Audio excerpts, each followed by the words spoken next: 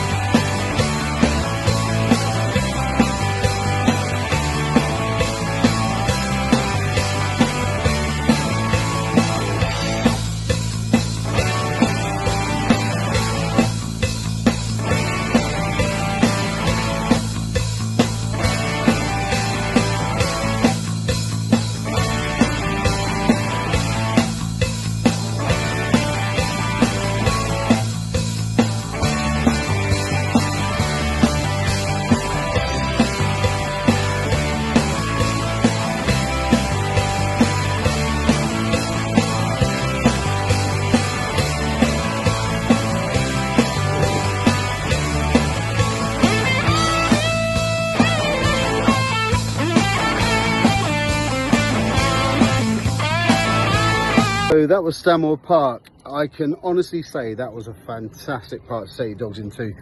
What I will say is very easy to get lost in there.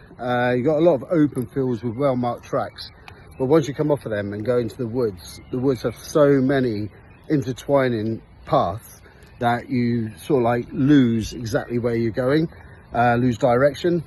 So if you do have a big pack like I did today, I had 6 dogs today, I spent probably about 15-20 minutes in the woods and decided to come out again because it is quite hard to keep track of your dogs in there. So unless you got dogs with really good recall, or you got 1 or 2 dogs that you can easily control, then stay out of the woods and just stay to the open paths. There's plenty of them.